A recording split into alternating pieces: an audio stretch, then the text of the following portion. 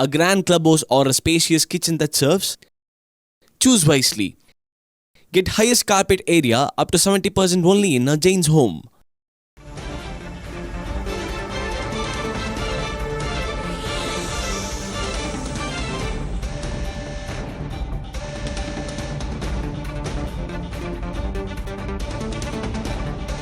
அரபிக்கடலில் நிலவிய ஆழ்ந்த காற்றழுத்த தாழ்வு பகுதி காற்றழுத்த தாழ்வு மண்டலமாக வலுப்பெற்றது. ரத்னகிரி டாபோலிக்கு இடையே காற்றழுத்த தாழ்வு மண்டலம் கரையை கடக்கும் என்று கணிக்கப்பட்டிருக்கிறது.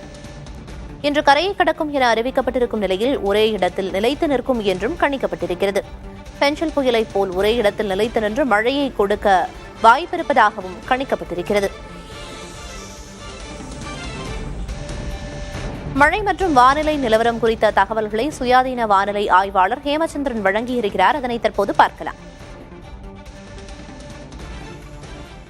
கிழக்கு மத்திய அரபிக்கடல் மற்றும் அதனை ஒட்டிய தெற்கு கொங்கன் கடற்கரையில் நிலவி வந்த நன்கமைந்த காற்றழுத்த தாழ்வு பகுதி இன்று காலை காற்றழுத்த தாழ்வு மண்டலமாக வலுப்பெற்றிருக்கு. இந்த தாழ்வு மண்டலம் மிக மெதுவாக நகர்ந்து கொங்கன் கடற்கரையில் இன்று முற்பகல் பிற்பகல் நேரத்தில் கரையை கடக்கும் என எதிர்பார்க்கப்படுது. கரையை கடந்தாலும் அதே இடத்தில் நின்று ஒரு ஈரப்பதம் மிகுந்த ஒரு பரவலான தென்மேற்கு பருவக்காற்றை கேரளா, கர்நாடகா, கோவா, மகாராஷ்டிரா போன்ற மாநிலங்கள் ஊடாக ஊடுருவ செய்யும் என எதிர்பார்க்கப்படுது. இதன் விளைவாக அடுத்த 24 மணி நேரத்திற்குள் கேரளா மற்றும் தமிழகத்தில் தென்மேற்கு பருவமழை தொடங்குவதற்கான சாதக சூழல் காணப்படுகிறது. அதே போல மற்றொரு காற்றழுத்த தாழ்வு பகுதி வடமேற்கு வங்கக்கடல் பகுதிகளில் மே 27ஆம் தேதி உருவாக இருக்கு. இந்த இரண்டு நிகழ்வுகளின் காரணமாக அடுத்த 10 நாட்களுக்கு, குறிப்பாக மே 31ஆம் தேதி வரைக்கும் தென்மேற்கு பருவமழை மேற்கு கடற்கரையோர மாநிலங்களில் தீவிரமடைய இருக்கு.